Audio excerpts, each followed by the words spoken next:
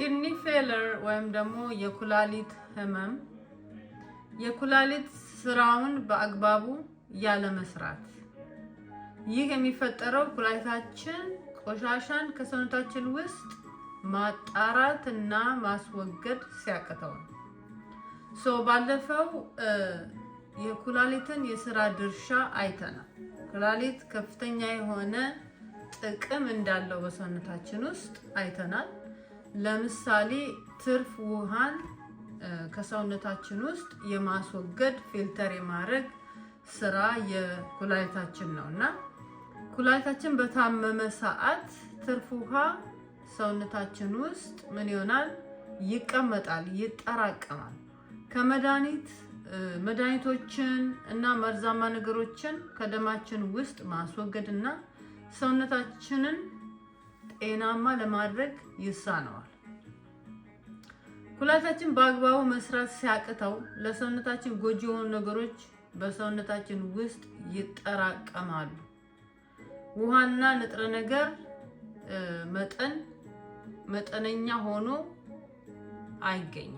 ምክንያቱም ኩላሊት የንጥረ ነገርን ባላንስ ስለሚያደርግ ኩላሊታችን በስርዓት ካልሰራ ንጥረ ነገር በሰውነታችን ውስጥ ያንሰናል፣ ውሃ በሰውነታችን ውስጥ ይጠራቀማል። ቶክሲክ መርዛማ ነገሮች ከመድኃኒት የምንወስዳቸው ከተለያዩ ሰውነታችን ብሬክዳውን አድርጎ የሚቀይራቸው ቶክሲኮች በሰውነታችን ውስጥ ይቀመጣሉ። ምክንያቱም ኪድኒ ፊልተር አድርጎ ማስወጣት ስለተሳነው ስለታመመ ማለት ነው። እነዚህ ምክንያቶቹ የሚያባብሱብን ለኩላሊት ህመም የሚዳርጉን ነገሮች የስኳር በሽታ ታማሚ መሆንና የስኳር በሽታችንን ቴኬር ያለማድረግ ኮንትሮል ያለማድረግ የስኳር በሽታችንን በቁጥጥራችን ስር ያለማዋል። የስኳር በሽታ ባለፈው እንዳየነው 3 አይነት የስኳር በሽታ አለ። እነዛ በሽታዎች በተለያየ ጊዜና በተለያየ ምክንያት ነው የሚመጡት። የዶክተር ኦርደር ተከታትለን ብለድ ሹገራችንን በአመጋገባችን በኤክሰርሳይዝ በመድኃኒት ታግዘን በቁጥጥር ስር ካላዋልነው የስኳር በሽታ ዋናው ለኪድኒ ፌለር የሚዳርገን ነው።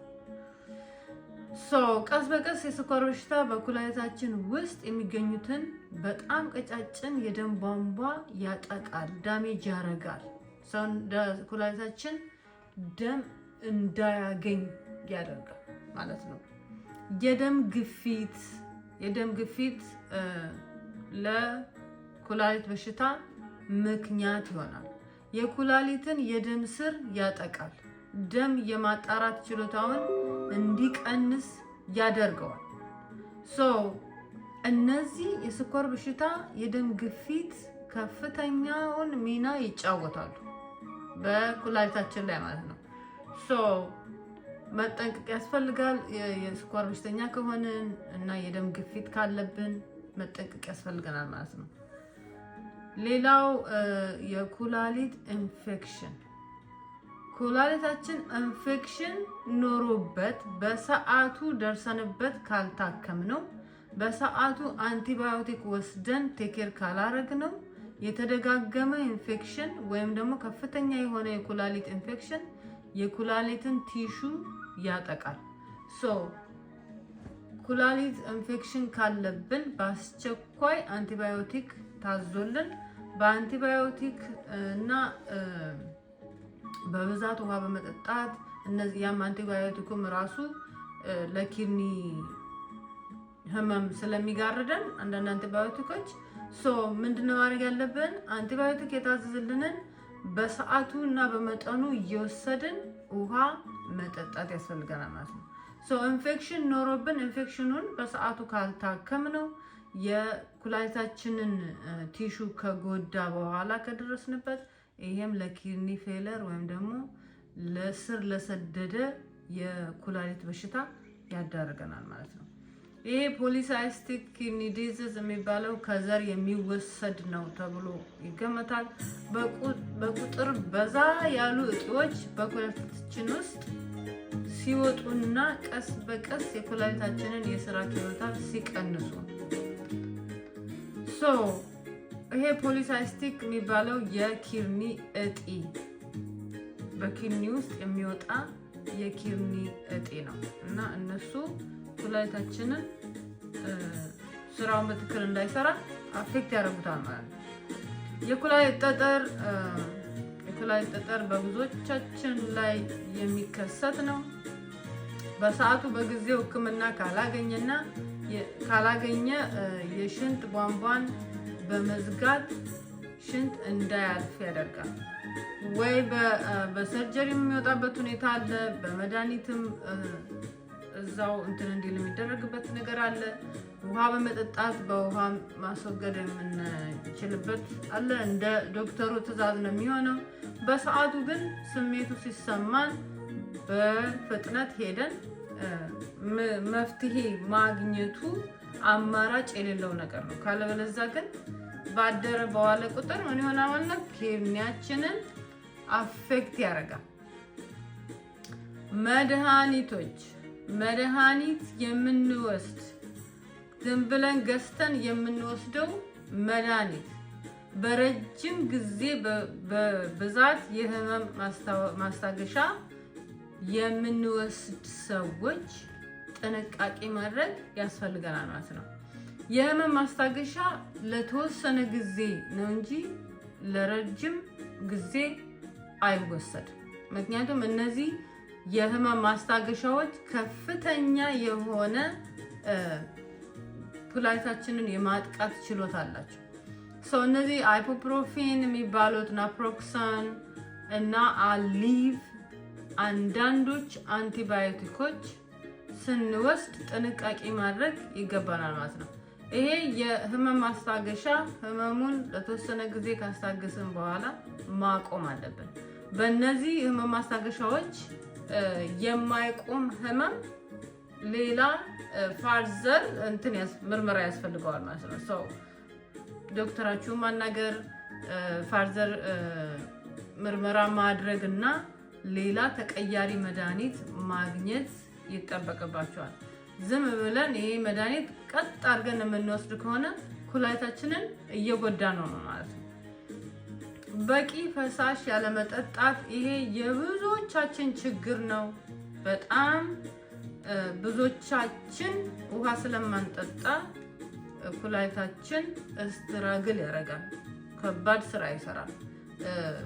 ቶክሲክን መርዛማ ነገሮችን፣ ቆሻሻዎችን በሽንት መልክ ስለሚያስወጣ እነዛን ለማስወጣት በጣም ከባድ ስራ ይሰራል።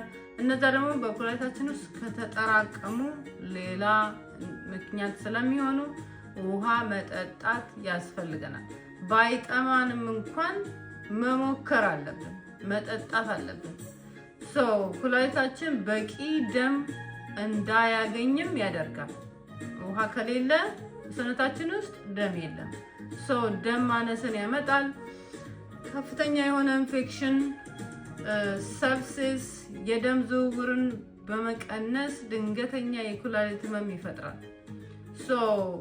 ይሄ ኢንፌክሽን ሲደጋገም፣ ኢንፌክሽን ቴኬር ሳይደረግ ሲቀር፣ ኢንፌክሽን ወደ ሰብሲስ ከተቀየረ የደም ዝውውርን ይቀንሳል፣ ድንገተኛ የኩላሊትን ህመም ይፈጥራል ማለት ነው። ኪድኒ ፌለር ይፈጥራል። ሰብሲስ ከደረሰ ኢንፌክሽን ኢዝ ቬሪ አደገኛ ደረጃ ደርሷል ማለት ነው። ምልክቶቹ የእግር፣ የፊት፣ የቁርጭምጭሚት እብጠት እግራችን ላይ፣ ቁርጭምጭሚታችን፣ መርገጫችን፣ ፊታችን ሊሆን ይችላል፣ ሆዳችን ላይ ታችኛው ሆዳችን አካባቢ ሊሆን ይችላል። የማበጥ ውሃ ስለሚያዝል ሰውነታችን እብጠት ይታይብናል ማለት ነው። የሽንት መቀነስ ወይም ደግሞ መጨመር፣ ድሮ ከምንሸናው ያነሰ ወይም ደግሞ ድሮ ከምንሸናው በጨመረ ሁኔታ ስንሸና፣ ድካም፣ ትኩሳት፣ ማቅለሽለሽ፣ የምግብ ፍላጎት መቀነስ፣ የመተንፈስ ችግር፣ ማሳከክ፣ የጡንቻ ህመም፣ የደም ግፊት መጨመር። እነዚህ ሁኔታ ምልክቶች ከታዩብን ወደ አቅራቢያችን ወዳለ ሕክምና ቦታ ሄደን መመርመር ይጠበቅብናል ማለት ነው።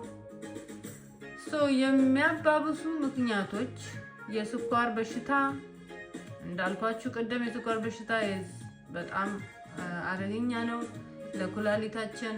የደም ግፊት ካልተንከባከብ ነው። የልብ በሽታዎች የልብ በሽታ፣ ሃርት አታክ፣ ሃርት ፌለር፣ ካርዲያክ አሬስት እነዚህ በሙሉ ለኪድኒያችን ዳንጀረስ ናቸው። ክብደታችን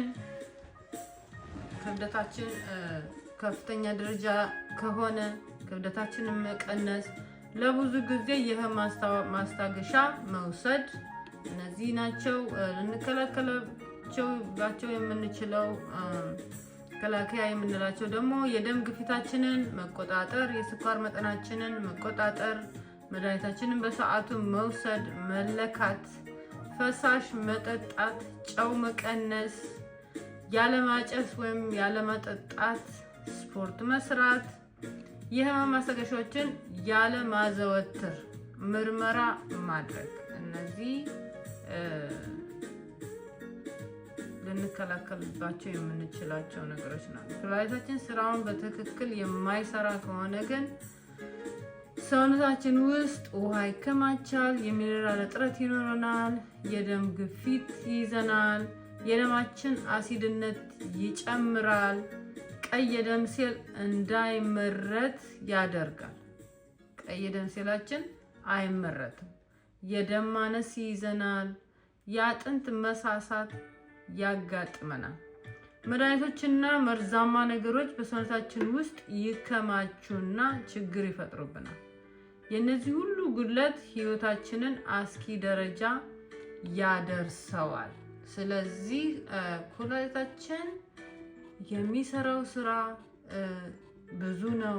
ችግር ከደረሰበት ሰውነታችን ውስጥ በጣም ከባድ ችግር ይፈጠራል። ስለዚህ ኩላሊታችን ከፍተኛ ደረጃ ላይ ከመድረሱ በፊት እንክብካቤ ማድረግ፣ ኩላሊት በጣም ልንንከባከበው የሚገባው የሰውነታችን ክፍል ነው። ለሁሉም በሽታዎች ወሳኙ አመጋገባችን ነው። ወሳኙ የኑሯችን ስታይል ነው እና የኑሮ ስታይላችንን ጤነኛ ማድረግ ያስፈልገናል ማለት ነው። አመጋገባችንን ማስተካከልና ላይፋችንን ኢዚ ማድረግ እንችላለን ማለት ነው። ለዛሬ ያለኝ ይሄ ነው። መልካም ጊዜ